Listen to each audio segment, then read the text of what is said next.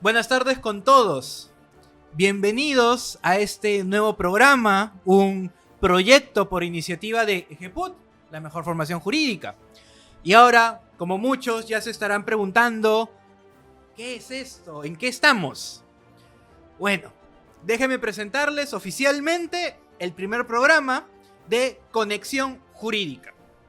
Este, a diferencia tal vez de otros programas que también pueden encontrar en la plataforma de EGEPUT, va a ser dedicado exclusivamente al análisis de distintas situaciones de la realidad nacional que por supuesto tengan relevancia para el mundo jurídico y por supuesto para todos aquellos interesados en profundizar un poco más. Antes de explicarles a profundidad cómo va a ser el desarrollo de este nuevo programa, pues también avisarles de que, a diferencia de otros programas, esta vez no voy a estar solo, sino voy a contar con la compañía de mi hermano, de mi colega Gonzalo. Así que por favor, preséntate. ¿Qué tal? ¿Cómo están? Gracias, Renzo, por la presentación. Chicos, ¿qué tal? Bienvenidos a Conexión Jurídica, un espacio, como bien ya lo dijo Renzo, para poder debatir sobre temas del derecho, del mundo jurídico y sobre todo traer, como se diría, las calientitas del día, las pepitas de oro. Así que, ¿qué te parece, Renzo, si iniciamos con nuestros titulares? Por supuesto. A ver, Gonzalo. A ver, tenemos como noticia el juicio oral con Pedro Castillo y el altercado que tuvo con el juez Neira. Un poquito ahí vamos a poder hablar sobre las cosas y tendremos también una entrevista con un experto en el tema que nos va a poder ver y resolver algunas preguntas también sobre esto. Tenemos también como noticia el escándalo en la Junta Nacional de Justicia, que Rafael Ruiz Hidalgo ocultó su condena por prevaricato, algo que realmente es grave y acá lo vamos a ver también y a disolver. Tenemos como titular también la denuncia constitucional contra la presidenta Dina Boluarte. Y también tenemos como titular lo de la Fuerza Aérea del Perú, que denuncia a congresista y a ex ministro del Interior, Mariano González, por presunta usurpación de terrenos. Así que, ¿qué te parece si iniciamos, Renzo? Antes de iniciar, disculpa que te corte. Dime. Creo que faltó explicar este pequeño detalle. ¿Cómo vamos a funcionar en el programa? ¿Cómo vamos a funcionar el programa? Explícame. A ver, primero, por supuesto, vamos a conversar de noticias, como lo dije en un primer momento. Pero, por supuesto, la idea no es solo hablar de la noticia, como la podemos encontrar en otras plataformas de centros informativos, como, no sé, RPP, La República, etc. Sino profundizar un poquito más en la perspectiva y el conocimiento que debe tener un abogado o un estudiante de derecho. Así también vamos a hablar de posibles, si es que hay, a veces no, pero modificaciones legislativas relevantes, importantes en el país. Por supuesto, acá no solo las vamos a mencionar, sino vamos a tratar de desmenuzarlas, repito, siempre haciéndolo lo más digerible posible para todos. Y no está de más, porque justo vamos a empezar con esto, de que para determinadas noticias, determinados temas, nosotros no somos suficientes para explicarlo. Así que vamos a traer a invitados, a distintas personalidades del mundo jurídico, para que nos ayuden a entender mejor qué es lo que ha pasado y por supuesto que nos expliquen a detalle cuál es su postura respecto a este problema, o tal vez no es problema, simplemente es una situación mediática. Así que, con esta introducción, ahora sí hay que presentar a nuestro primer invitado. Y antes de eso, si me permites acotar, quiero solamente decir que somos 144 conectados. Hasta el minuto a minuto son las 1:34 para que no piense que no estamos en vivo, que esto es grabado. No, esto es en vivo. Aquí tenemos comentarios de Juan Estrada, tenemos comentarios de Jersey, tenemos comentarios de Alexia. Saludos, doctor. Usted sí es voz autorizada, nos dicen por ahí. Tenemos también bastantes saludos y bastantes personas que nos van a ayudar también a interactuar. Recuerden que estamos en vivo lunes y miércoles a la 1 de la tarde por esta plataforma. Y ahora sí, sin más prolegómenos, comenzamos con la noticia. Muy bien. Como ya se adelantó, primero vamos a hablar de un personaje importante en nuestro país. Importante, ha sido mandatario, es expresidente a la fecha, ha tenido un gobierno bastante criticado y actualmente está afrontando un proceso. Exactamente, estamos en juicio. Vamos a empezar hablando sobre Pedro Castillo y la instalación de su juicio oral. Una situación que normalmente no debería pasar a mayores porque se limita a solo verificar de que están todos presentes. Usualmente la instalación es así, pero acá ha habido un altercado bastante particular. Y para hablar de esto, hemos traído a nuestro primer invitado, que es al coordinador del área penal de la Universidad Científica del Sur, el doctor Walter Palomino Ramírez, quien se encuentra con nosotros conectado, como nos gusta decir, vía microondas. Vía microondas, doctor Walter, ¿qué tal? Bienvenido, ¿nos puede escuchar? Sí, ¿qué tal? Muy buenas tardes. Sí, este escenario académico. Muy agradecido. Bienvenido, doctor, a este espacio. Y como ya bien lo dijo mi compañero Renzo, vamos a conversar sobre este altercado que tuvo y que nos pueda explicar también de manera objetiva y quizás, si usted gusta, también subjetiva, sobre lo que pasó aquel día. Así que, Muy bien, Renzo, sí. ¿tienes alguna consultita por ahí? Sí. A ver, doctor Walter. Primero, en contexto para nosotros y para los que nos ven, porque ya como que nosotros sí manejamos esta noticia. Empezó el juicio de Pedro Castillo. Y empezamos, por supuesto, con lo básico y elemental. Asegurarnos que estén todos presentes. Pregunta por la fiscalía, está presente. Se preguntan por el imputado, está presente. Pero de repente preguntan, importantísimo, por la defensa del acusado, que es Pedro Castillo. Por la defensa nos referimos a su abogado. No estaba, no, un asiento vacío. Se le pregunta a Pedro Castillo, ¿su abogado particular? Y Pedro Castillo responde, no, lo he despedido, no tengo abogado. Y luego se le dice, bueno, le vamos a poner un abogado de oficio. Y él se opone a tener a un abogado de oficio. Así que, y ahí ocurre un impasse entre Pedro Castillo y el juez respecto a la necesidad de tener una defensa y que no se puede iniciar el juicio sin un abogado defensor, por supuesto. Así que ahí primero una pregunta en abstracto, antes de entrar al temita. ¿Cuál es la importancia de tener un abogado en juicio? ¿Por qué es tan importante? ¿Por qué tal vez Pedro Castillo no podría intentar defenderse solo? Muy bien, muchas gracias por la pregunta y antes de todo les agradezco Geputro, realmente por permitirme tener este espacio de diálogo con ustedes, con la comunidad jurídica. El Geput se caracteriza por promover el debate objetivo de ideas relacionadas a temas de interés jurídico. Para mí es un honor poder ser parte de este espacio el día de hoy. Bien, a la pregunta entonces, si es importante contar con una defensa en el marco de un proceso penal, por supuesto, eso es importantísimo. Una defensa eficaz que a partir de el análisis de los hechos, del derecho, de las evidencias, pueda formular una adecuada teoría del caso. Como sabemos, la estrategia procesal o la teoría del caso se compone de tres elementos, ¿no? El elemento fáctico, los hechos a analizarse con relance jurídico-penal, propiamente el análisis de los preceptos jurídico-penales y procesales y las evidencias que pueden permitir acreditar o desacreditar la comisión del acto delictivo. Entonces, ante la pregunta, ¿es importante que una persona cuente en nuestro país con una defensa? Por supuesto que sí. Y por esa razón la defensa es de libre elección. No obstante, si aquel ciudadano no puede costear o no puede, por ejemplo, designar a un abogado en específico, pues la defensa pública de nuestro país es la que tiene entonces que actuar en ese momento y defender a aquella persona, ¿no? Eso respecto de ese primer aspecto. Ahora, con relación a lo otro, yo discrepo, digámoslo así, cordialmente, respecto del tema de que la instalación del juicio pasa por un aspecto formal.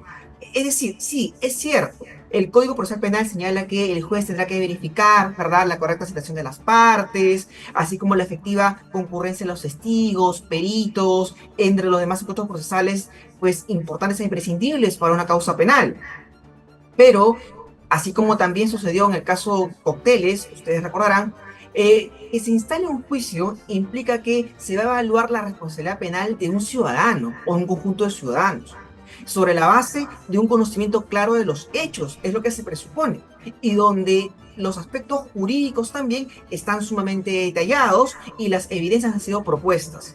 Sin embargo, si es que en un caso, como ocurrió en el caso Cocteles, tenemos una acusación de más de 24 versiones, en donde los hechos no son claros, o incluso se han agregado hechos durante el alegato de apertura, o incluso donde la calificación jurídica también ha sido luego ampliada, bueno, entonces al momento en que el órgano jurisdiccional tenga que dar por instalado el juicio, estas razones tendrán que ser atendidas y tendrán que ser evaluadas, ¿no? Entonces, sí, es cierto, hay un aspecto formal respecto a la instalación de juicio, pero también un aspecto de fondo, un aspecto material. En el caso de ustedes se observó eso, me parece, a detalle, con las alegaciones de abogados como Percy García Cabero, Gonzalo del Río, entre otros profesores muy destacados en materia penal y procesal penal. En el caso específico del señor Pedro Castillo, aquí lo que se ha observado es que según su propia, digamos así, su propia versión o su perspectiva de las cosas, aquí ya él estaría, pues, en virtud de quienes componen la sala y de los hechos, pues ya prácticamente con una condena señala que aquella persona, ¿no? Doctor, y una pregunta acá, tenemos ya 300 conectados en vivo que nos están viendo el día de hoy, gracias por poder conectarse. Y hay bandos, ¿no? Nos dicen que Pedro Castillo es el mejor presidente del Perú, Pedro Castillo es el peor presidente del Perú. Pero yo le quisiera hacer una consulta, ¿no? Con lo que ha pasado con ese altercado, ¿realmente ha sido un desconocimiento? ¿O usted cree que puede ser una estrategia? Quizá. ¿Qué nos A puede ver, comentar, doctor? sí, sí, por supuesto. A ver, vamos también aquí a analizarlo de forma pormenorizada, ¿bien?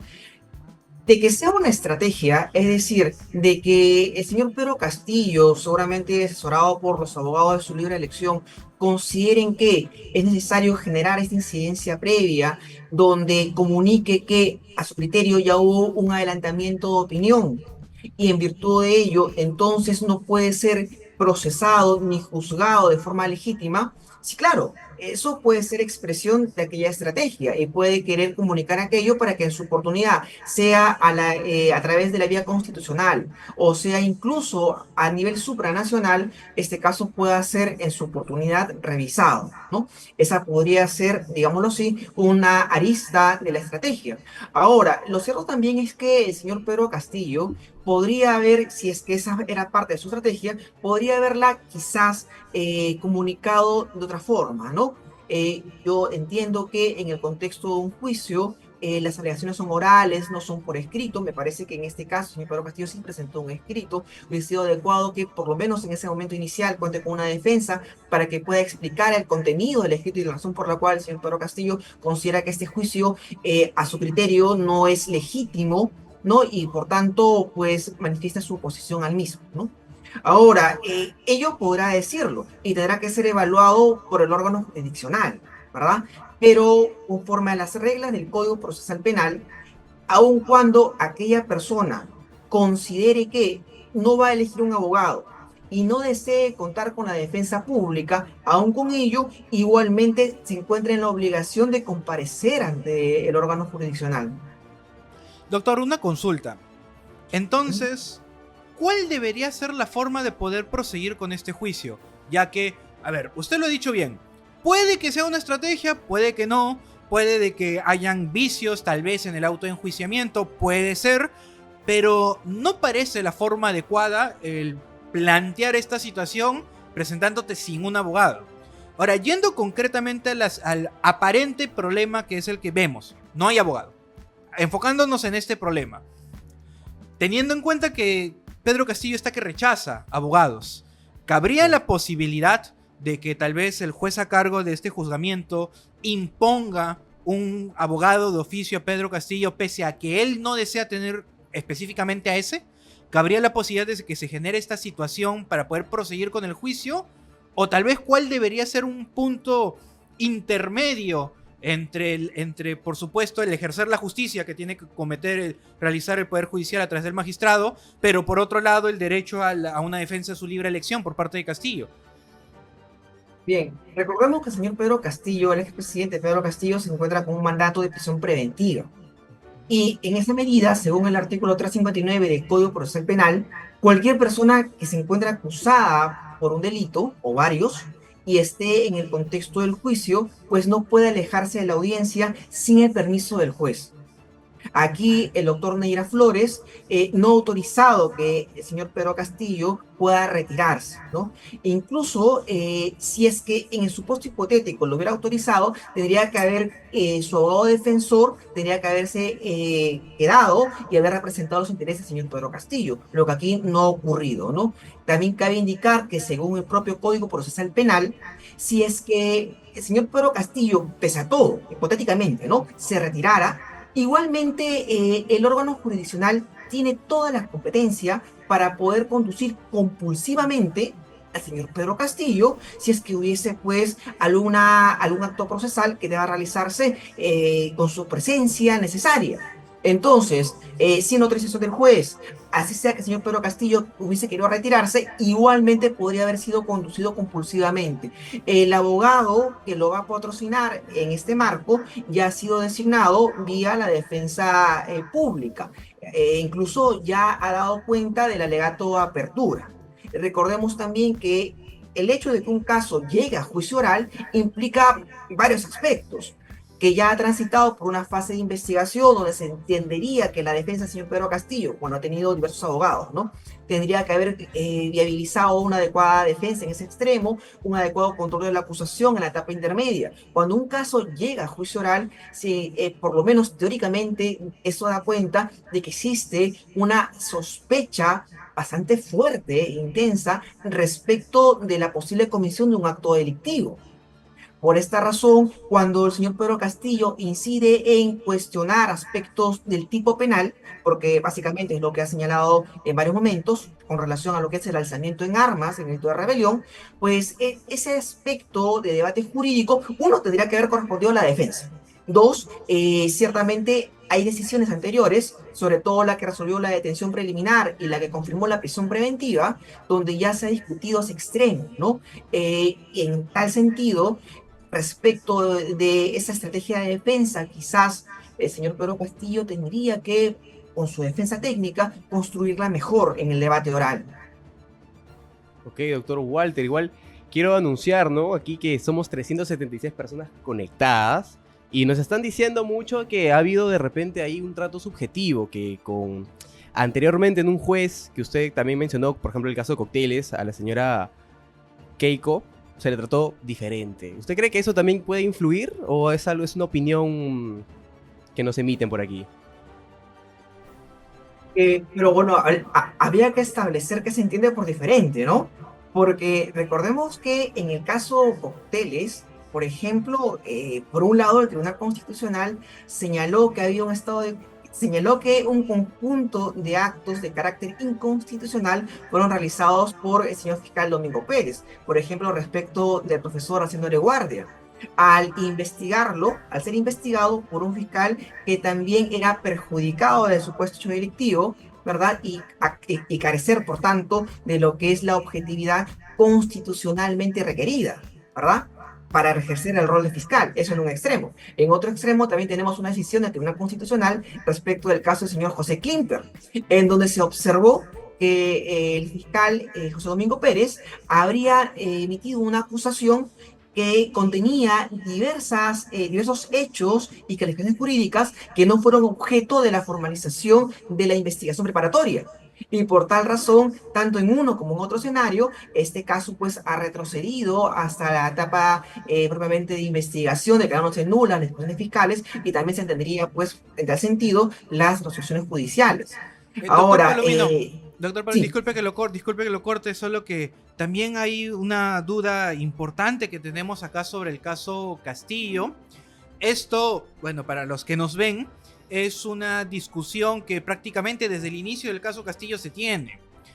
Hay un sector fuerte, sector jurídico, entiéndase, abogados, algunos jueces que han opinado en reservado, que dicen que Castillo no ha cometido un delito.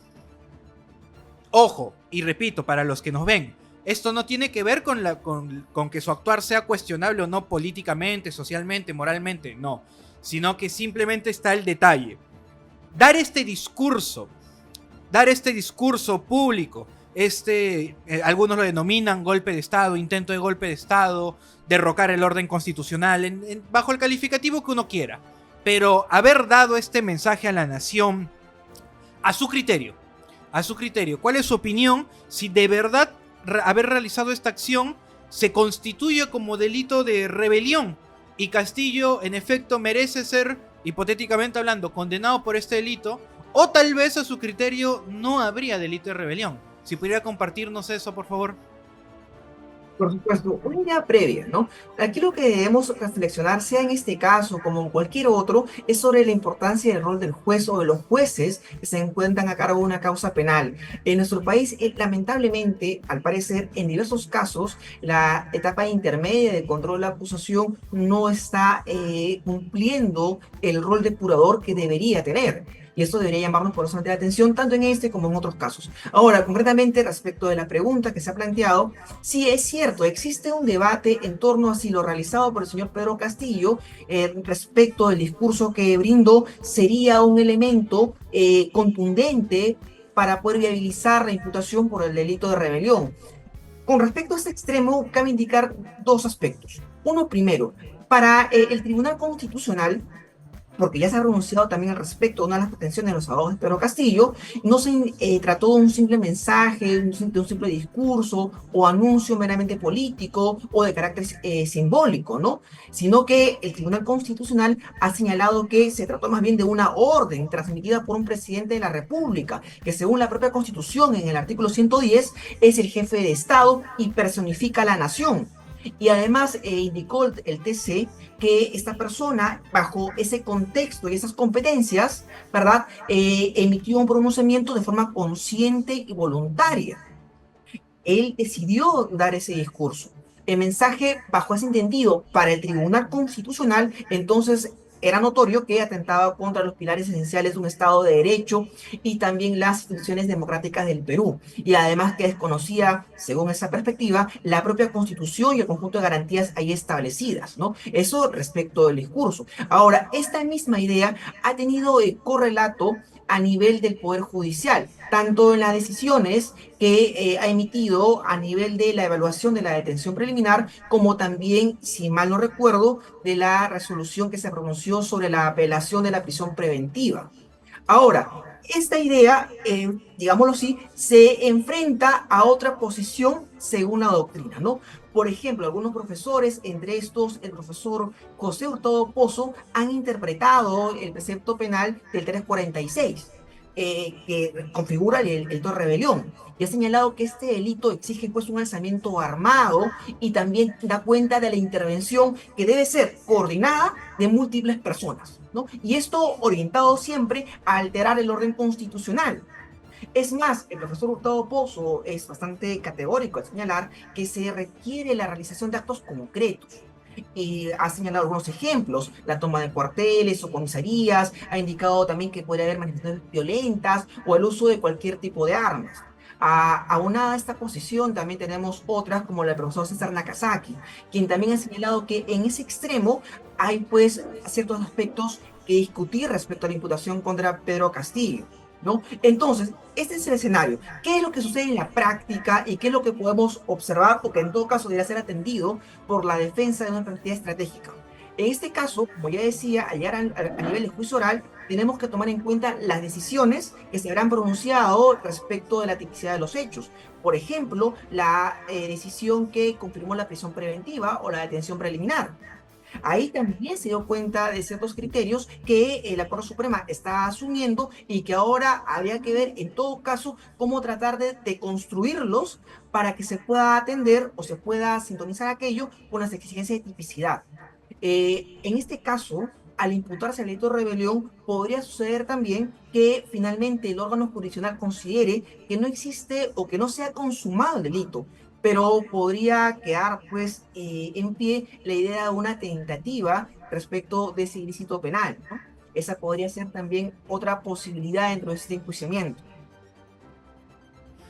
Hay prácticamente, bueno, en sencillo, dos posturas bien pronunciadas. Sí o no. Yo le voy a dar mi perspectiva, por supuesto me comenta qué es lo que opina. El delito de rebelión, por principio de legalidad, la redacción de la norma habla de un alzamiento en armas. Ahora, Castillo no se ha alzado en armas, si bien dio una orden, no fue una orden donde decía textualmente esta situación. Y por otro lado, como usted bien ha dicho, está la figura de la tentativa. Es cierto, la tentativa puede darse cuando el delito no se llega a consumar, pero para generar una tentativa se tienen que iniciar actos de representación propios del delito. Como estaba leyendo en una publicación que hizo el doctor Nakazaki Seminario, él ponía de una manera un poco cruda pero cierta: una palabra tartamudeando puede llegar a ser, puede llegar a constituir un acto de rebelión, puede ser un acto concreto que pueda vulnerar el orden constitucional. Yo en lo personal comparto la postura del doctor Nakazaki, del doctor Hurtado Pozo, como bien ha señalado. Y bueno, en lo personal, reitero, también cuestiono un poquito las decisiones del Poder Judicial de llegar a considerarlo como un delito.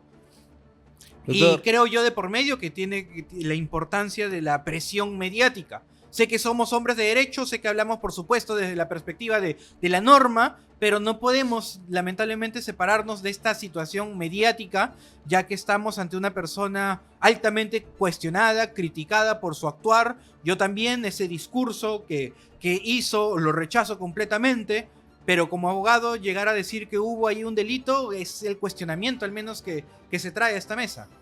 doctor, antes de que pueda responder, les quiero comentar, ¿no?, a todas que estamos más de 400 personas conectadas y tenemos muchos comentarios que voy a tratar de leerlos todos casi. Nos dice José que Pedro Castillo en realidad sí fue una estrategia y que se llama ruptura. Bueno, eso podría estar en debate. También tenemos comentarios de que en realidad este juicio como que, o su postura de él no tendría validez. Comentarios también un poquito fuera de contexto, que eso sí no los voy a leer, pero también nos dicen que Pedro Castillo lo máximo que cometió fue una infracción inconstitucional, que merecía un antejuicio político, eso nos dice José también. También tenemos comentarios sobre que no existe el delito de golpe de Estado, eso yo creo que también puede estar en debate, ¿verdad, Renzo? Y dice que esto también puede ser armado, ¿no? Yo en lo personal creo que por ahí puede ser de repente no una decisión propia, sino algo detrás. Pero eso también puede estar en cuestionamiento. Puede continuar, doctor. Bien, no, muchas gracias a ustedes por las interrogantes planteadas. Aquí debemos observar varios aspectos. Vean, eh, yo soy de la idea de que cada caso tiene que evaluarse en el contexto específico, es decir, cada comportamiento va a tener un sentido delictivo o no en función del contexto en el que se realiza, ¿verdad? Eh, Sería, creo yo, distinto si en este momento yo invito a todos los que están conectados a tomar las armas y seguramente llevar a cabo la toma del poder. Muy seguramente ninguno de los que está conectado lo tomaría en serio ni nadie me seguiría, ¿verdad? Sin embargo, si es que quien emite un mensaje de esa entidad cerrando los poderes del Estado, señalando que va a gobernar a partir de decretos ley, recordemos que los decretos ley son la forma en que usualmente gobiernan los gobiernos de facto, ¿no? Lo cual ya da cuenta que en ese momento el gobierno del señor Pedro Castillo pasó de ser uno legítimo a uno ser ya una situación de facto de aquel gobierno, ¿no? Eso por un lado. Entonces, bajo este conjunto de características, yo entendería que la conducta realizada por el señor Pedro Castillo sí que tiene cierta entidad. Ahora, bajo este entendido, lo que corresponde es observar si respecto del precepto penal de rebelión podemos ver que se consume o no este ilícito. El tema del alzamiento en armas no es algo que se haya podido apreciar, me parece, desde los hechos realizados por el señor Pedro Castillo, ¿no? Entonces, lo que se podría en todo caso evaluar es, y también lo señalaba el profesor Hurtado Pozo, es una tentativa de delito de rebelión o en su oportunidad, y me parece que esa también fue una de las imputaciones iniciales, el delito de conspiración que se encuentra también tipificado en el Código Penal en el artículo 349. Muy seguramente todo esto tendrá que ser objeto de discusión en el marco del juicio. Y existiendo dos decisiones importantes en este caso que se han pronunciado sobre el extremo de la tipicidad, si bien es cierto, es un debate importante, pues la defensa del señor Pedro Castillo tendrá que centrarse en ese extremo y también en otros adicionales, ¿no? Como por ejemplo, debería evaluarse si el señor Pedro Castillo, bajo ese entendido, tenía o no el dominio del hecho con relación a lo que está ocurriendo de cara a la rebelión, ¿no? Si tenía en sus manos el cómo de su uso criminal, porque recordemos que en ciertas clases de delitos, la teoría que rige para poder calificar a alguien como autor es la del dominio del hecho. Pedro Castillo dominaba el hecho, ¿no? Eso por un lado.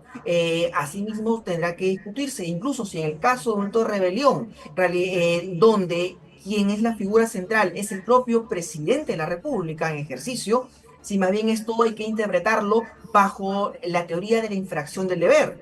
Si es que esto fuera así, recordemos que para aquellos preceptos penales donde se aplica esta figura, no se requiere siquiera que haya un dominio fáctico sobre el suceso delictivo, sino que quien detenga ciertas competencias incumpla o infracciona aquellos deberes, ¿no? Es otro aspecto que también creo yo tendrá que evaluarse. Se debió haber observado, no sé si se hizo, ojalá que sí, en el contexto del control de la acusación. Aquí también otro tema es que el señor Pedro Castillo tuvo diferentes defensas, ¿no? Entonces, cuando existen tantos abogados en un mismo caso, y en donde el señor Pedro Castillo a veces subrogaba a uno, colocaba a otros, había un abogado que decía mi patrocinado va a declarar, luego Pedro Castillo decía que no iba a declarar o viceversa. Bueno, ahí lo que se puede apreciar es que no hubo una estrategia unísona durante todo el proceso. Y esto es lo que ha impactado ahora para que el caso se encuentre en un contexto de juicio oral. En paralelo, hay quienes consideran que tanto el caso del señor Pedro Castillo como otros casos que se están tramitando actualmente son supuestos de lawfare, ¿no? De un uso, digámoslo así, político del sistema de justicia penal. Si esto fuera así, tanto en el caso del señor Pedro Castillo como en otros casos, pues sería algo lamentable y sería expresión muy seguramente del declive que actualmente tiene nuestro sistema de justicia, donde podemos observar o se tienen noticias respecto de coordinaciones que habrían entre algunos sectores del sistema de justicia con el Poder Ejecutivo, etcétera, ¿no? Ojalá que el sistema de justicia no esté afrontando un contexto como ese, puesto de ser así sería sumamente lamentable. Bueno, doctor Palomino, muchas gracias por su compañía, muchas gracias por compartir esta información con nosotros, esta importante información para mantenernos informados, conocer ambas posturas, ya que ambas posiciones tienen un poco de razón, pero finalmente cada uno de nosotros se va a hacer un juicio propio, va a decidir primero internamente si para nosotros Castillo deberá o no pagar condena por este delito de rebelión. Le comento de que tenemos una encuesta que hemos hecho justo acá ahorita en vivo, y de los votos que tenemos, el 63% de la audiencia considera de que Pedro Castillo sí irá preso. Sí, irá preso, y bueno, un 37% considera que no. Es cierto, es lo que considera por el momento la ciudadanía, pero sabemos que finalmente la palabra la tendrá el juzgado. Luego, por supuesto, habrá una eventual apelación, incluso tal vez una casación. Quién sabe, pero tendremos que esperar la decisión del Poder Judicial. Bueno, finalmente, nuevamente, doctor Palomino, muchas gracias por su compañía en este primer programa que estamos transmitiendo de Conexión Jurídica y en este tema tan interesante, coyuntura nacional. No, a ustedes les agradezco por la invitación. Para mí es un honor formar parte de este programa el día de hoy. Y bueno, agradecido con él y siempre a la disposición de ustedes. Muchísimas gracias. Listo, doctor, muchas gracias. Ha sido Walter Palomino Ramírez que nos ha esclarecido estos temas. Bueno, este tema en general con el que hemos empezado con un tema muy picante. La gente en los comentarios está que se jala de los pelos, nos están diciendo de todo.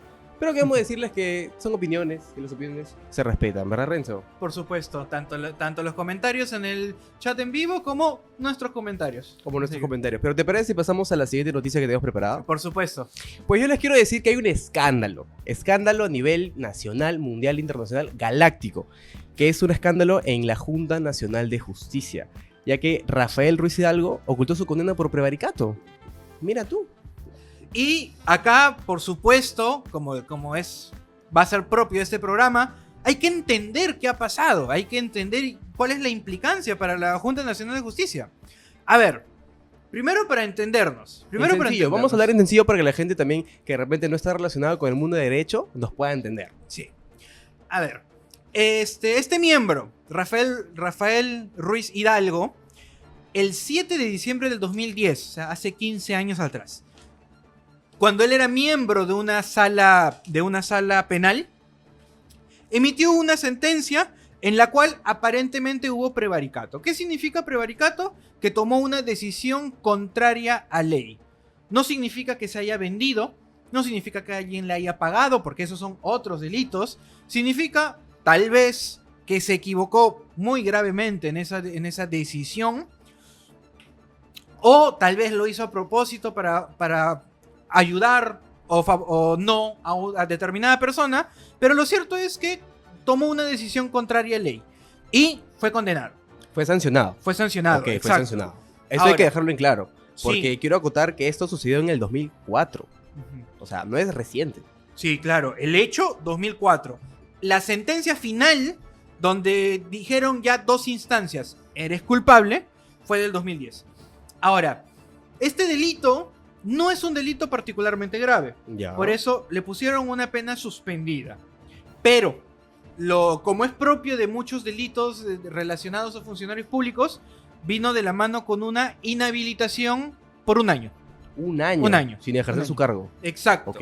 Así que esta inhabilitación implica muchas cosas, pero principalmente lo que nos interesa es que por ese año no podía postular a cargo público y por ese año también cualquier cargo público que tuviera lo iba a perder. Sin embargo, y repito este detalle, es de 1 año. Así que uno piensa, ok, la condena es del 2010, Ujú. 1 año de inhabilitación, 2011. Cuando él postula a la Junta Nacional de Justicia, ya su inhabilitación había terminado. Ya había terminado, claro, un año. Así que uno se pregunta entonces, ¿y cuál es el escándalo? ¿Qué es lo raro acá? ¿Por qué, si esa inhabilitación ya había terminado, por qué hay un problema? Y el problema es que en realidad bueno, ocultó información, ¿no? El problema es algo rebuscado. El problema es específicamente en la ley orgánica de la Junta Nacional de Justicia. A ver, para entender claramente el problema, cuando uno es inhabilitado y transcurre el tiempo de la inhabilitación, uno puede volver a postular a cargos públicos. Uno puede volver a ser un funcionario servidor público en la institución que vea necesario, que pueda postular y que cumpla los requisitos. Forma parte con la resocialización de la persona. Sin embargo, hay algunos puestos muy puntuales en el gobierno en el cual, si alguna vez tuviste una condena por delito doloso o alguna vez tuviste inhabilitación, ya nunca más vas a poder postular a ese cargo.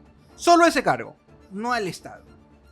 Y bueno, adivina cuál cargo no se podía postular teniendo una inhabilitación y o sentencia dolosa antigua. No se me ocurre, a ver, esclaréceme, bríame los ojos. ¿Qué cargo? Junta Nacional de Justicia. Ahí está. Ya viendo una ley vigente, desde el Exacto. 2019, que él no dijo nada. Justo también estaba investigando y nos estaban diciendo que en realidad entrevistaron también a las personas que fueron encargadas de su entrevista, por así decirlo, ¿verdad? Y solamente dijeron que no sé, hicieron esto. Y ahí también hay un detalle interesante. Llamó a la cordura, señora Cuando abogada, tú por postulas, favor. te piden tus antecedentes penales. En teoría, en tus antecedentes penales debe salir esa sentencia. En teoría. Y exacto. digo en teoría, ¿por qué? Porque si alguna vez a ti te condenan por algún delito, se generan los antecedentes penales, pero esos antecedentes penales, transcurrido determinado tiempo, se borra, se elimina. ¿Por qué? ¿Eso por qué pasa? ¿En base a qué? A la resocialización. Porque el derecho penal, si bien existe para sancionar, tampoco busca que tengas un estigma de por vida. La norma considera que pasado determinado tiempo, te borramos ese antecedente para que continúes con tu vida entendiendo que ya eres un ciudadano de bien. O sea que... Y ahora, ¿cada cuánto tiempo se borran los antecedentes? Si entras a la cárcel, se borra a los 5 años cuando sales. Ya, Y ok. si no entras a la cárcel, como es el caso de Rafael Ruiz Hidalgo, porque tuvo una pena suspendida, se elimina a los 5 años de que acaba tu periodo de prueba. ¿Y cuánto tiempo de periodo de prueba tuvo Rafael Ruiz Hidalgo? Tuvo 3 años. Así que, matemática sencilla. La condena es del 2010, tuvo 3 años de periodo de prueba, 5 años para que se borren estos antecedentes, así que, según nuestra norma, no es nada, acá no hay nada raro, no hay nada Fuera de lo común, no no hay hay nada nada, trucho, como ok. diríamos. Según nuestra norma, en el 2018 ya tiene que borrarse ese antecedente. Así que cuando él presenta sus antecedentes penales, Ya. pues está en blanco. Así que ahí hay por supuesto una pregunta de ¿ha ocultado o no ha ocultado información? Porque ha entregado un documento público. Y los entrevistadores que vieron su certificado de antecedentes No penales había, pues. dijeron, no tenía. Claro. Y yo no tengo por qué sospechar de ti. Hay una presunción de veracidad de los documentos que me das. Y el documento era legal, Claro, todo evidentemente. en orden. O sea, a ver, si voy entendiendo, vamos por partes, que acá hay demasiada información. O sea que en pleno año 2025, si yo jalé mis caramanducas de Totus en el 2008, ahora estoy limpio. Ahorita ya no está en tus antecedentes, ya. Nadie los puede ver. Nadie los puede ver. Si postulo un cargo público, estoy limpio. Si postulas un cargo público, estás limpio. Es por eso que las instituciones saben esta situación y ellos, aparte de tus antecedentes, te piden otro documento, que es tu declaración jurada. Porque Ya, ok. más allá de que se borró en tus antecedentes penales, tú sabes que has sido condenado, pues. Tú sabes que en el 2008 robaste caramandungas y es Ujú. por eso que en tu declaración jurada te preguntan, entre otras cosas, ¿alguna vez has sido condenado por algún delito doloso? Y así la condena sea del 90, Lo tú, tienes que decir. por supuesto, en virtud de la verdad, tienes que decir sí. Y dar detalles mínimos, porque la declaración jurada te los pide. Ese es el problema, que en su declaración jurada no lo puso. Pero igual como bien mencionamos, es una conducta dolosa. Y lo tuvo que haber dicho por más que él en su hoja de vida, por así decirlo, ya no había ninguna infracción. Exacto. Entonces, ¿qué procede? ¿Qué se Ac- tiene que hacer?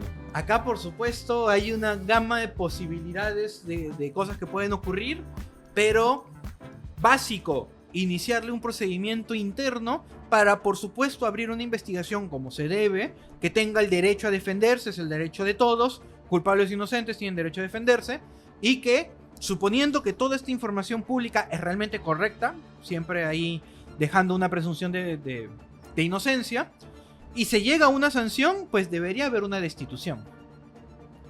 Ahora, lo interesante también será saber qué pasa con sus decisiones luego de la destitución. Todas las decisiones que tomó mientras estaba en el cargo quedan siendo válidas, tienen que ser reevaluadas. Va a haber más trabajo para esta Junta Nacional de Justicia al reevaluar, o tal vez lo excluimos, pero dejamos válidas las decisiones previas. Eso es una decisión que por supuesto se tendrá que ver más adelante, pero es importante. Bueno, es importante aclararlo también porque esto ha generado mucha controversia el día de ayer y lo estamos trayendo aquí en Conexión Jurídica. Así que bueno, yo creo que lo dejamos a las autoridades competentes que puedan hacer las investigaciones. Y hablando de investigaciones, ¿saben los plazos? Este tipo de investigaciones tiene, entre comillas, plazos cortos, pero... ¿Pero qué en defines la- cortos? Porque acá corto también... Plazos cortos estamos hablando de 6 meses. 6 meses. ¿Corto o bueno? Porque, siendo también transparentes con la realidad, investigar este tipo de situaciones no es tan rápida. Porque primero, tú que postulaste, tengo que pedir una copia de todo tu expediente de postulación. Ok. Luego, tengo por supuesto que revisar uno a uno y empezar a oficiar a distintas entidades para preguntar, oye, este documento que me presentó, ¿es cierto? Tengo que presentarlo a todas las instituciones para averiguar también si hay otras mentiras o no, y entender la explicación. Y luego, por supuesto, viene la explicación de derecho, para saber si esta conducta entra o no en alguna falta. Y todo ese debate de manera interna puede llevar 6 meses, pero en base a la experiencia personal que tengo, es importante decirlo. Cuando hay, entre comillas, pesos pesados en un procedimiento, se contratan a los mejores abogados o ellos mismos en su propia autodefensa son buenos. Claro. Porque claro. es cierto que tendrá este antecedente, pero dejando de lado el antecedente fue aceptado en este cargo por su CV. Y es cierto, tiene una condena, pero eso no va a quitarle mérito a todos los estudios que tiene, a la capacitación que tiene. Es una persona que en conocimientos está apto para el cargo. Así que cuando él ejerza su defensa, pues va a probablemente exigir por parte del ente que lo vaya a evaluar una evaluación profunda. Y eso toma más tiempo de lo usual. Hablando de evaluación profunda y tiempo del usual, yo creo que cerramos este tema con el hecho de que se puedan hacer las investigaciones y que quizá por ahí no estoy tan de acuerdo, pero se puede separar el talento de la persona. De repente, ¿no? De repente una omisión de información no te puede condenar como persona. No, es cierto. Es cierto. Que responda administrativamente, Tiene que civilmente responder, o tiene que penalmente, responder. pero independientemente de que responda, en su momento se evaluó y cumplió con las condiciones para la Junta Nacional de Justicia. Así que de que dentro de todo es un profesional capacitado, lo es. Al menos en el CV lo ha demostrado. Bueno, esperemos que se desarrolle, esperemos que se pueda culminar también en un tiempo corto y que no haya ese tipo tampoco de intrusiones, pues, ¿no? Que en realidad no nos favorece porque alarga los plazos, hay más carga procesal, pero bueno, se tienen que hacer siempre las investigaciones. Ahora, ¿qué te parece si pasamos con otro tema? Ya que tenemos como noticia algo grande que tiene que ver involucrada con nuestra líder del Estado, y es que hay denuncias constitucional contra la presidenta Dina Boluarte. Y eso justo lo comentó también nuestra fiscal. A ver, nárrame un poco. Te narro un poco. Pasa que ayer, el día de ayer, en un medio noticioso, nuestra fiscal de la nación había comentado que habían denuncias contra la presidenta de bastantes delitos. No tengo la cifra exacta, pero eran como más de 40. Lo que sí precisó es que en la mayoría eran de personas naturales. Sí. Entonces, no sé por ahí si es que hay un blindaje de repente, presuntamente, ojo. Eso tengo que decirlo, se relaciona incluso a unas declaraciones que, si no me equivoco, hace poco más de una semana brindó nuestra presidenta, en la cual señalaba que estaba siendo, claro, en sus términos, estaba siendo hostigada políticamente por parte del Ministerio Público a través de muchas investigaciones. Y bueno, ahí tengo que recoger un poco lo que en su momento dijo en un podcast a nivel nacional, el podcast llamado Brutalidad Política, dirigido por un youtuber de seudónimo Curwen, en el cual dio un análisis sobre este discurso de la presidenta. Y básicamente, de una manera un poco cruda, como es propio de este youtuber, pero de una manera cruda dijo: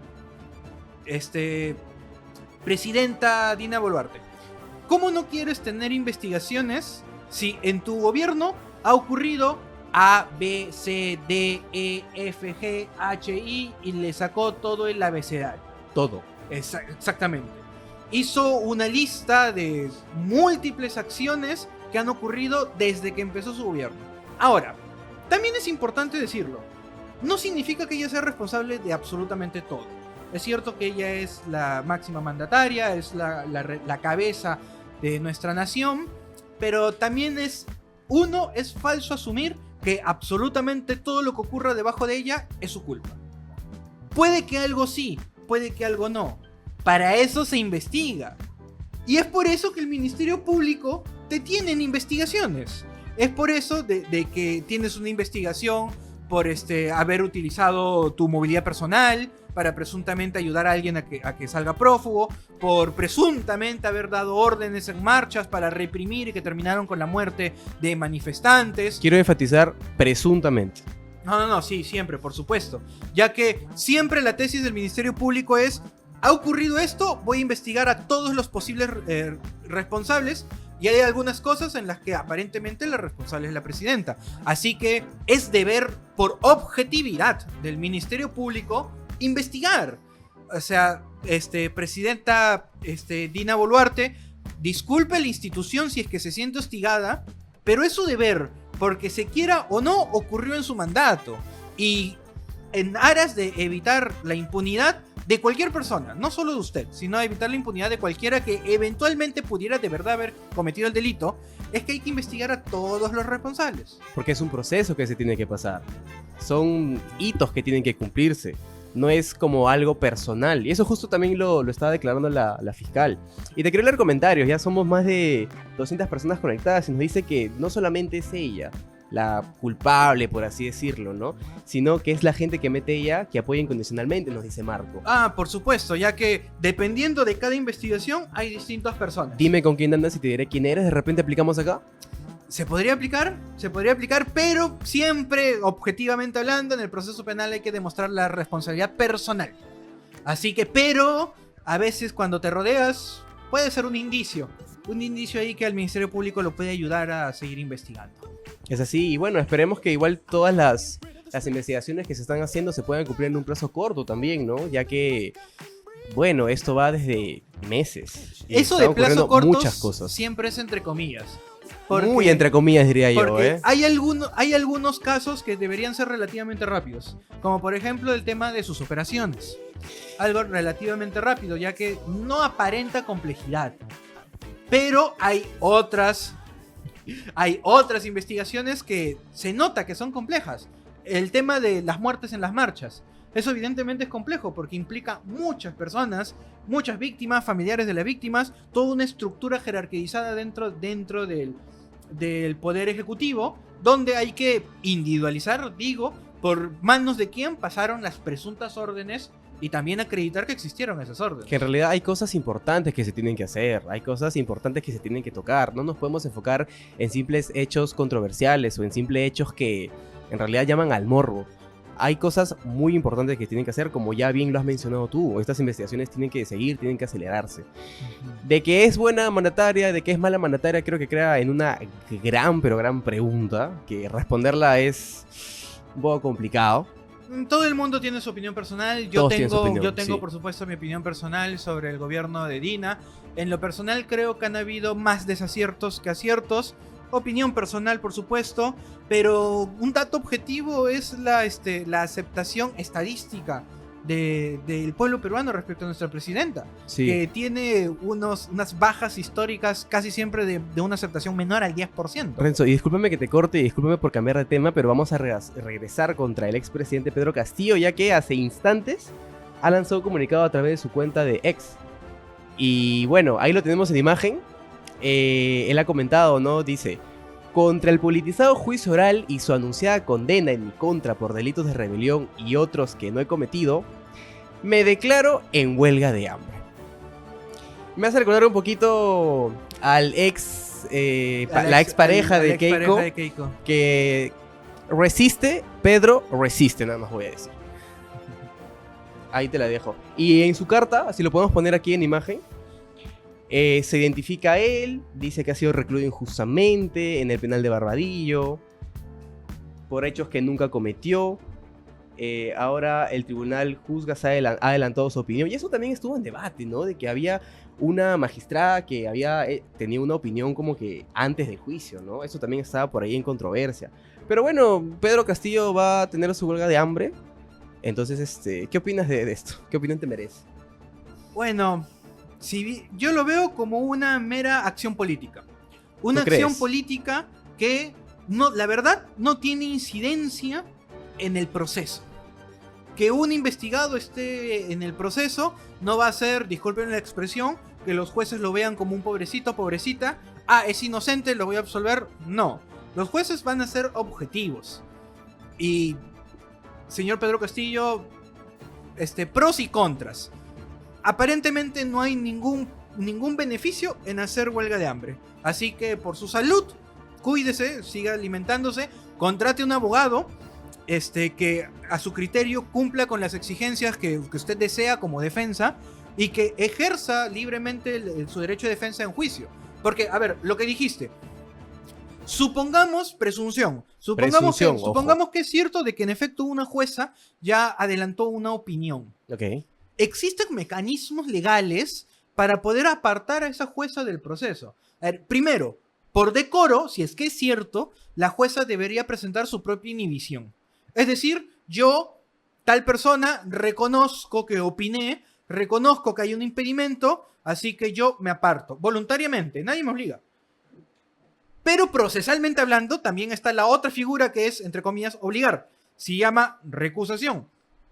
Pero tiene que hacerse a través de un abogado. Así que, señor Pedro Castillo, contrate un abogado y si es que usted considera que ha ocurrido esta situación, pida formalmente la recusación de esta jueza, que el colegiado lo debata, que haya una cuestión previa en su siguiente audiencia de juicio y que se tome una decisión. Si tiene la razón, pues esta jueza debería apartarse.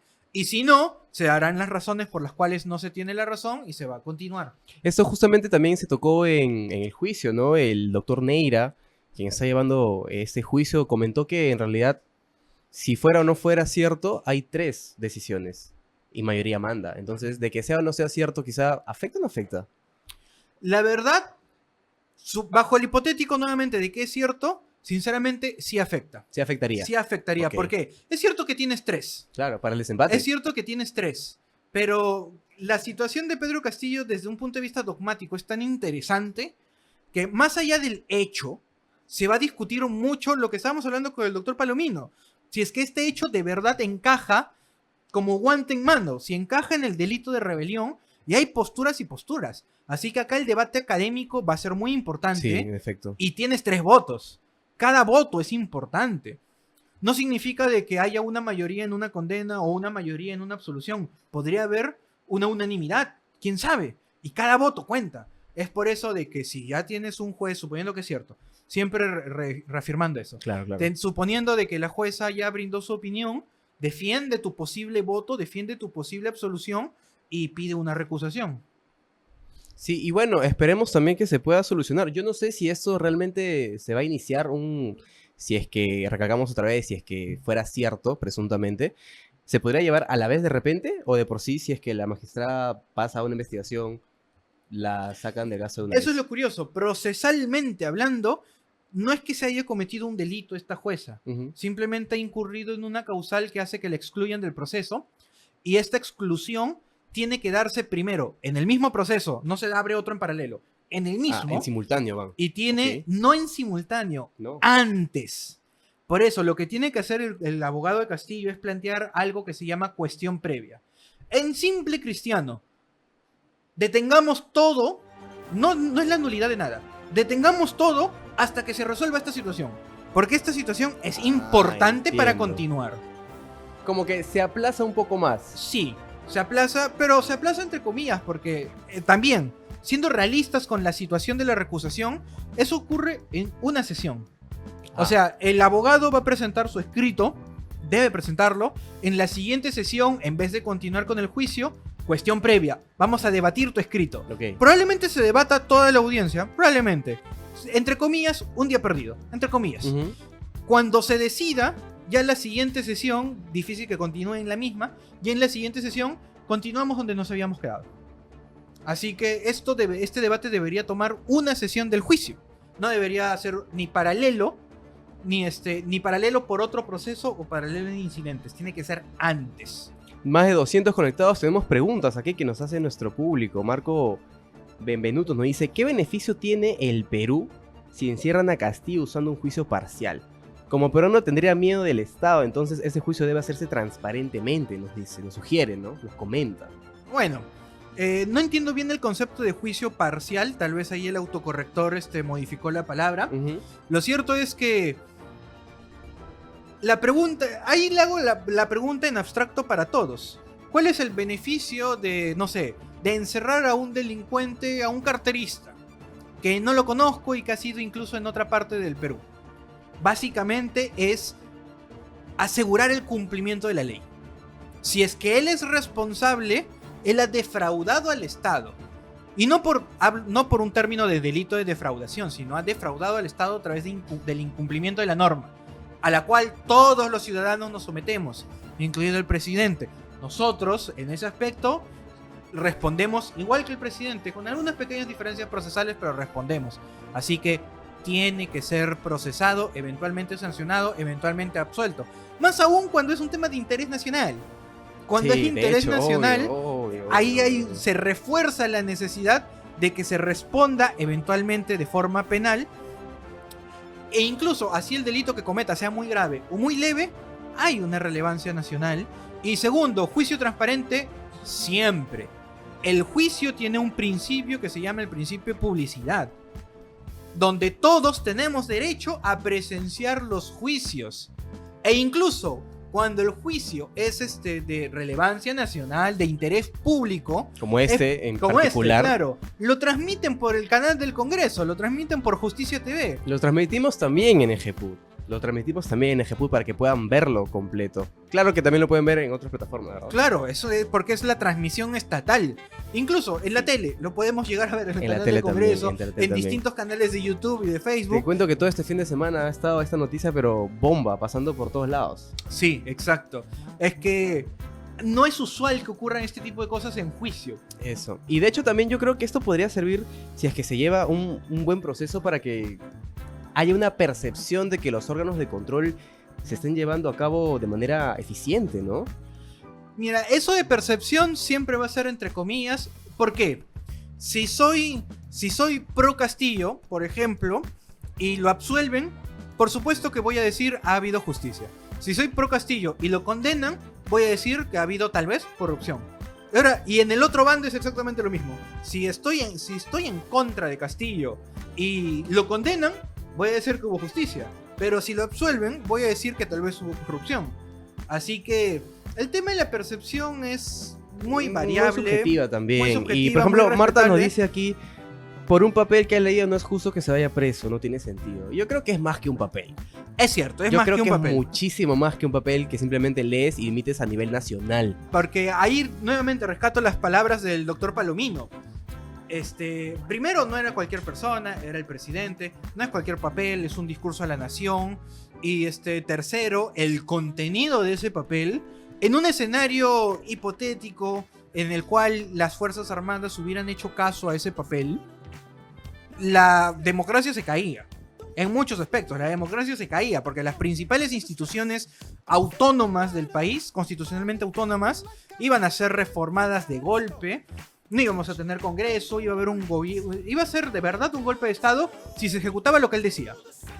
Ahora, eso es como que opinando en contra de lo que dijo nuestra iba a decir televidente, pero no es el término. Nuestra espectadora Marta. Aquí, Marta, Nuestra claro. espectadora Marta. Pero también pensando desde un punto de vista en base a él es inocente, y lo leí por ahí en los comentarios. Hay una posible figura de tentativa inidónea. O sea, ¿qué significa esto también para que nos entiendan? A veces uno puede cometer y puede intentar cometer un delito, pero con una conducta que es imposible cometerlo. O sea, te doy un ejemplo. Yo quiero matarte. Otro ejemplo, creo. Yo quiero matarte y en este mismo instante agarro el lapicero Ya. y te lo tiro. Ya, ok. Ya, estoy muerto ahorita. ¿Te puedo matar lanzándote un lapicero? ¿Ejemplo? En el ejemplo. Ah, ok, sí, claro.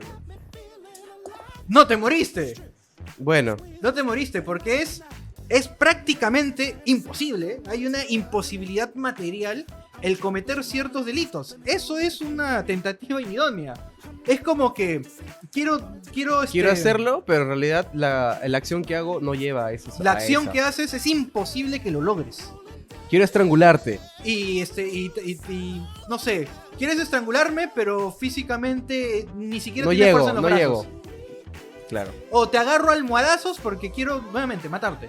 Ok. Es una tentativa idónea. Y ahí viene también el detalle. Él que no tenía el apoyo de nadie. De nadie. Eso también Quiso yo creo hacer que... un golpe de estado y no tenía el apoyo de nadie. Sí. Y creo que ni su familia estaba de acuerdo en su discurso. No, en su pues Renzo, discurso. tampoco digas eso. Bueno, es que por ahí han salido comentarios de la ex primera dama que señaló en una opinión que no estaba de acuerdo, pero bueno, no se metía. Pero bueno, más allá de eso, no tenía el apoyo de nadie. ¿Y quiénes eran los importantes acá? Las Fuerzas Armadas Las Fuerzas y la Armadas. policía. Ellos mismos lo Ellos detuvieron. mismos lo detuvieron en el tráfico. Así que si no hay el apoyo de nadie, delito imposible, ahí lo tienen que decidir los jueces. Castillo, Pero- no uses tu intuición, por favor. Nada más te voy a decir. Pero bueno, Renzo, ¿no? Acá la gente nos está diciendo que no es lo mismo decir golpe de estado e intento de dar golpe de estado. Eso yo creo que también es debatible. Nos dicen sobre sedición, que se dijo rebelión, no sedición.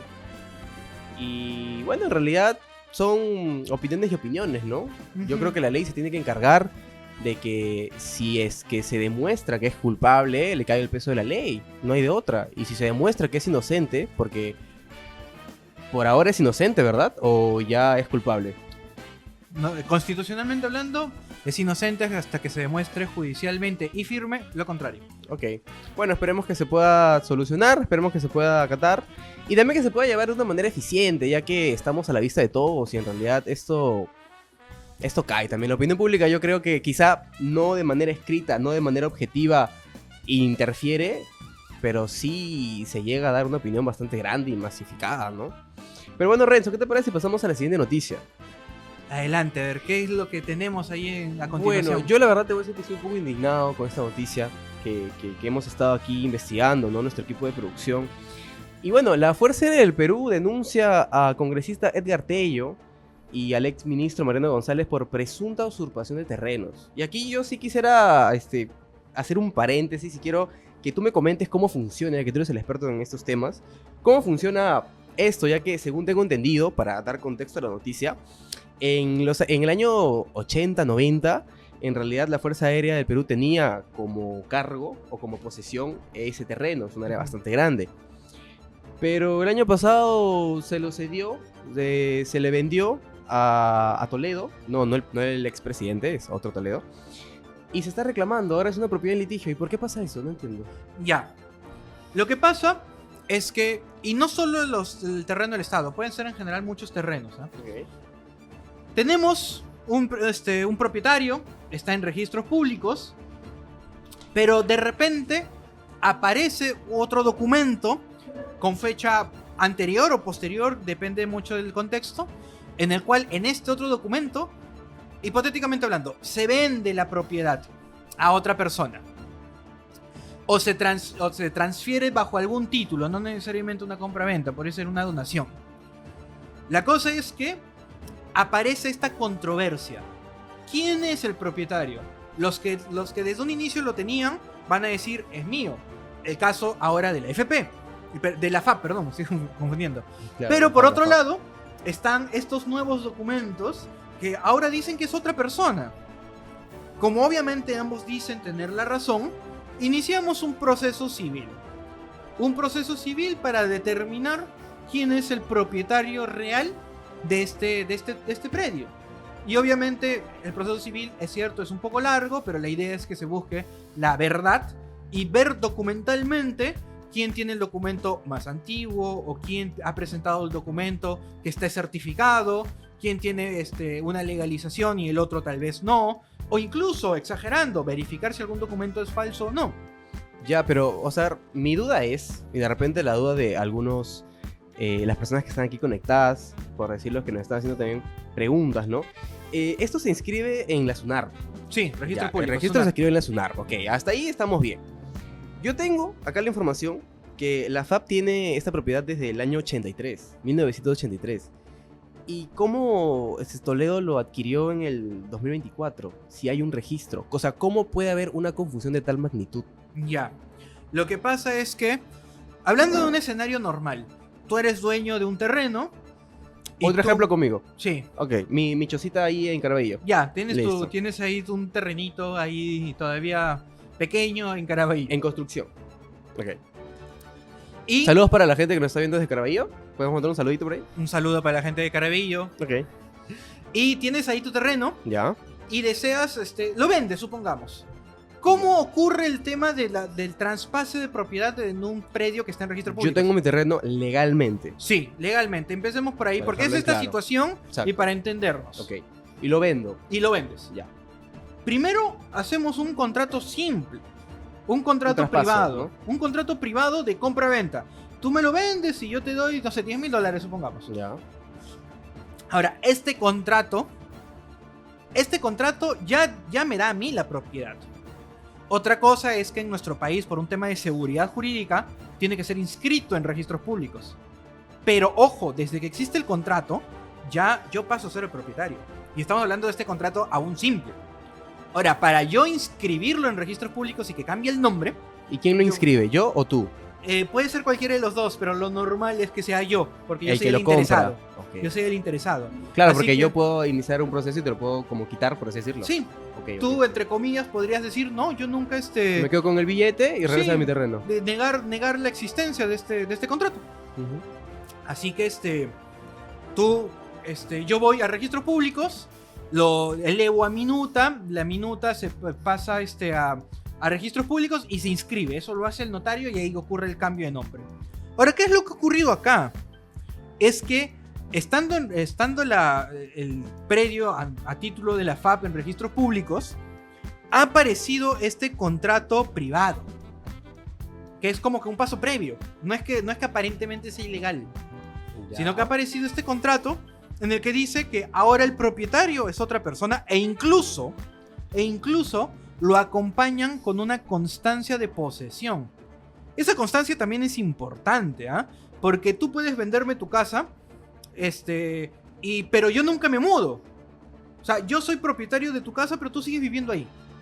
¿Eso es posible? Es posible, porque Opa, no propietario sabía y eso. poseedor son dos personas diferentes. Ok. Pueden ser el mismo, sí, y pueden ser diferentes también. Yo puedo ser el propietario de la casa, pero tú sigues viviendo ahí. Ok. Para eso es que existe la constancia de posesión. Se supone que la constancia de posesión acredita no que soy propietario, no que compré el terreno, sino que estoy ahí. Efectivamente estoy en ese terreno usándolo. Así que se han presentado estos dos documentos de la mano. La compra-venta que incide en la propiedad y la constancia de posesión que incide en la posesión. Y eso ha generado este debate a nivel judicial de quién es el verdadero dueño. ¿Y eso cómo se procede? Lo normal Lo es normal, que, vamos a hablar es en que términos deba normales. continuar el proceso civil. Pero por ahora lo puede seguir utilizando la Fuerza Aérea del Perú. Lo puede seguir utilizando quien actualmente es el poseedor. Pero si hay una propiedad en litigio, ¿quién es el poseedor? La propiedad en litigio significa que hay un debate de quién Ajá. es el dueño, Ajá. pero el poseedor es quien efectivamente lo tiene. Así que puede que ahorita lo tengan las Fuerzas Armadas. Y ellos pueden seguir usando la posesión. Pero hay un proceso en litigio y lo que se va a discutir es la propiedad. Que haya un litigio no significa que la gente no pueda vivir ahí o no No. lo puedan utilizar. Sigue normal, eso va en Sigue paralelo, normal. ¿cierto? Significa de que no puedes transferirlo. Significa de que no puedes venderlo, no puedes donarlo, no puedes hacer Que ciertas solamente construcciones. existe. Exacto. Pero, ¿cuál es la denuncia? Acá la denuncia es por usurpación. Claro, claro. Ahora, Presunta ¿qué- usurpación. Presunta Presunta usurpación, usurpación. claro. ¿Qué significa esta denuncia? Esta denuncia significa de que existe este proceso, pero existiendo el proceso, que exista esta litis, no me da derecho a mí a meterme simplemente y quedarme con el terreno. Tengo que, legalmente hablando, esperar a que ocurra todo el proceso civil. Eso, y siendo un congresista también que en realidad ha estado en el ojo de la tormenta también por un caso llamado Mochasueldo, que ha sido como que el primer escándalo de este congresista que estuvo sancionado 60 días, por este escándalo. Llegue el exministro con muchas personas más diciendo este terreno es mío, salgan de aquí. Como, no sé, o sea, eso yo la verdad estoy de acuerdo, estoy indignado. Yo quiero decir que estoy indignado porque no puede haber una actitud así, y más siendo una persona que está en el ojo de la tormenta también, ¿no?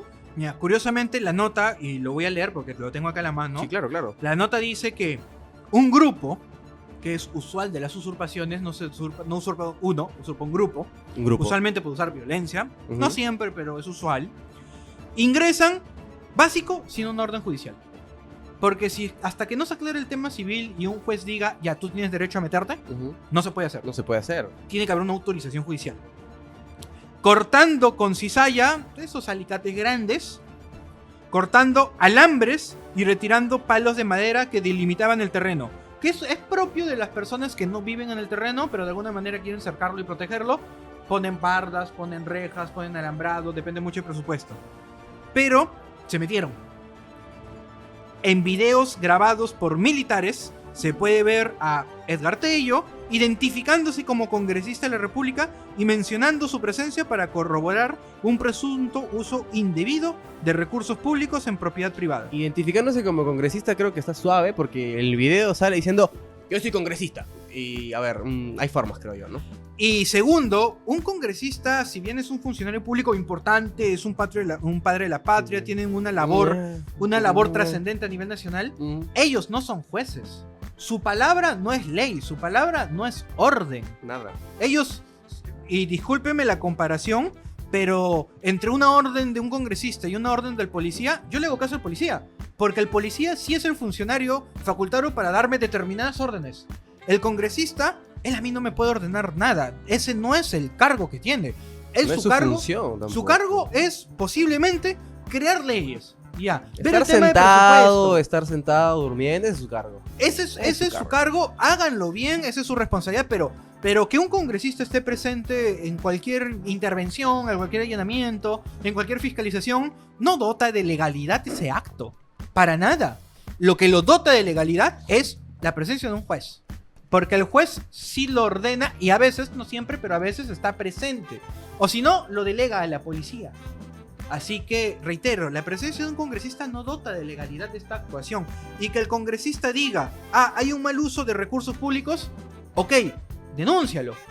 Pero por tu propia intención, no puedes ir y corregir la situación. Así no es como funciona nuestro sistema Es democrático. que así de no derecho. funciona tampoco y creo que en ningún lado tampoco. No sé por qué vienen con aires de grandeza diciendo su cargo como si fuera lo máximo, cuando en realidad, y discúlpenme, no las ha ganado nadie, pues. La verdad. ¿Sí o no, Renzo? Ujú, exacto. Pero bueno, esperemos que también esto se pueda solucionar. Esperemos que también esto puedan esclarecerse, ¿no? Este litigio pueda ser resuelto. Pero bueno, yo quisiera agradecer a las personas que están aquí conectadas y quisiera dar un anuncio, ya que también en último momento tenemos que este miércoles 19 de marzo, la próxima semana, sesionará el Pleno del Congreso para debatir y votar el informe final que acusa constitucionalmente al expresidente Martín Vizcarra por el caso Vacunagate. Y esto, por supuesto, va a ser transmitido por este mismo canal Ejeput. Eso va a estar interesante, voy a estar atento. Ya me doy una idea de cómo va a votar el Congreso, ya que la decisión del Congreso es más política que jurídica. Sí, la verdad que pero vamos a escuchar los argumentos. Bueno, Rosa, ha sido un placer hablar contigo, ha sido un placer a todas las personas que han estado aquí atentas, conectadas en nuestro primer episodio de estreno de Conexión Jurídica. Muchísimas gracias por estar aquí todos. Recuerden también suscribirse, estar atentos. También tenemos nuestro apartado de miembros, que solamente por 4 solcitos. 4 solcitos puedes tener acceso a más de 8 horas de clase con expertos del derecho de una manera espectacular. Tenemos también audiencias que puedes ver, clases en vivo gratuitas y sobre todo un gran saludo y muchísimas gracias a Ejeput por este espacio y esta oportunidad que nos está brindando el día de hoy. Exacto, como me gusta decir, primero, siempre se aplauden las nuevas iniciativas y en este caso el aplauso es por supuesto para Ejeput, indirectamente para nosotros también, porque estamos acá en el proyecto. Muchas gracias por la invitación para poder conducir este nuevo programa. Y recuerden que Conexión Jurídica está por supuesto destinada a analizar estas situaciones de la realidad nacional que a veces no entendemos bien o nos queda simplemente como una premisa de un noticiero, digámosle, común y corriente, pero nuestro objetivo va a ser profundizar en su entendimiento y por supuesto no imponer nuestra opinión, sino darles los datos objetivos, acompañado por supuesto con lo que opinamos, sí, eso nunca lo vamos a dejar de lado, pero que entiendan la situación y que por supuesto todos podamos hacernos un criterio. Así es, Renzo, así que no se pierdan nuestra programación. Estamos lunes y miércoles a la 1 de la tarde. Estamos empezando, estamos coronando esta gran transmisión, primer programa de estreno. Y bueno, no se olviden tampoco de seguirnos en nuestras redes sociales, en Facebook, en TikTok. Tenemos podcast también con Renzo, que es el conductor de nuestros podcasts. Tenemos bastante contenido jurídico. No se olviden también que tenemos un portal de noticias donde subimos también artículos, jurisprudencia del mundo del derecho para que puedan estar siempre actualizados. Así que bueno, muchísimas gracias por vernos, por escucharnos y nos vemos el miércoles a la 1 de la tarde. Y recuerden, este programa llega gracias a Ejeput, la mejor formación jurídica. Que tengan todos muy buenas tardes.